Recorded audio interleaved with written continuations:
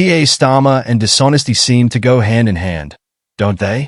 Nearly 6 months into his tenure as Prime Minister, and many across the UK are left wondering if anything he says is actually true.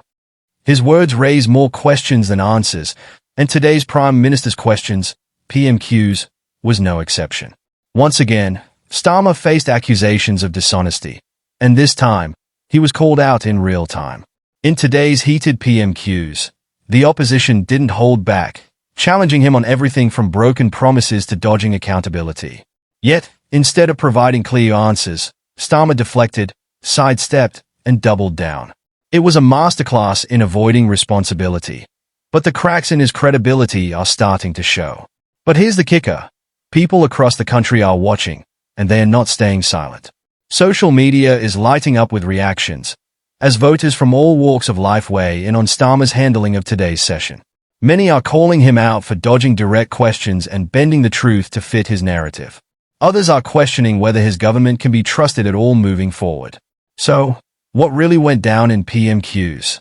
And how are everyday people responding to yet another round of political theater? Let's break down the key exchanges, the most shocking moments, and the growing frustration across the UK. What do you think about today's PMQs? Are you convinced by Starmer's responses? Or do you believe it's time for some real accountability in British politics?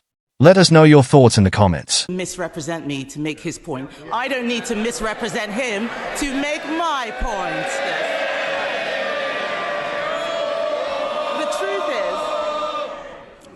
The truth is, he didn't think this through. Cutting winter fuel payments isn't just callous. It may not make savings. It could actually cost us all more. And that's not the only policy which is making things worse. The Chancellor's budget is a body blow to family businesses and also charities. Marie Curie have warned that Labour's budget will cost them nearly £3 million a year. This is a cancer charity saying they have no option but to reduce services. Did the Chancellor tell the Prime Minister that her jobs tax was going to hit charities? Mr. Speaker, she's asked 3 questions about winter fuel with leaving out. I'll come to that. But she's changed her mind on this. She used to say that the payments were a dead weight. She said there are members of her constituency who didn't need it.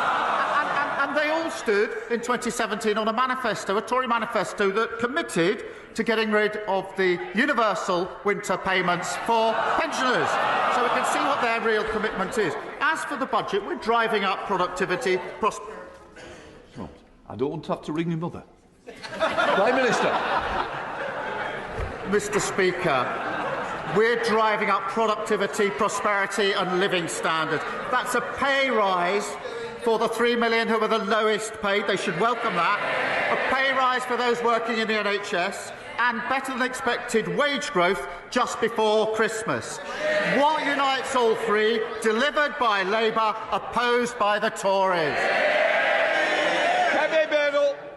Mr. Speaker, I don't know what world he's living in. The economy is shrinking, and they did not think this jobs tax through or who it would impact. Another area affected is the hospice sector. Hospices believe the budget will cost them an extra £30 million. Yesterday, Conservatives voted to exempt social care, nurseries, charities and hospices from their jobs tax. Labour voted this down.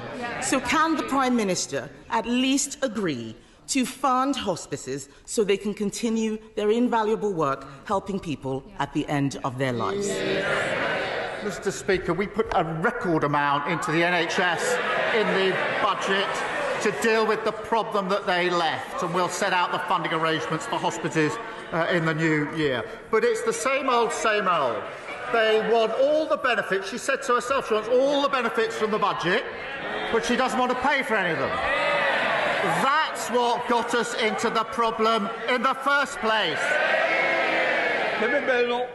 Mr. Speaker, I did not hear a commitment there to help hospices, which is a shame. The truth is, this winter, people will be suffering because of his choices. The economy is shrinking, inflation is going up, and jobs are being lost because of his budget. Pensioners won't be able to heat their homes because of his government's decisions. They raise people's hopes but then smash them with broken promises. And now we learn that he is about to give away our hard-won Brexit freedoms. Yeah. Mr. Speaker.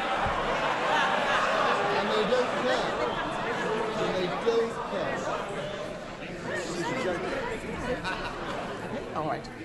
Mr. Speaker, now we learn he is about to give away our hard-won Brexit freedoms. The truth is, they are punching the British people in the face, literally in the case of one of his MPs, and he will pretend that this is about the past. But we all know these are his choices, bad choices. If he's looking for a New Year's resolution, why doesn't he start with telling the truth? I'll do it now. £22 billion black hole left by that. Record numbers on the waiting list. Nearly. It's not a good time to leave the chamber, is it? Prime Minister. Mr. Speaker, £22 billion black hole.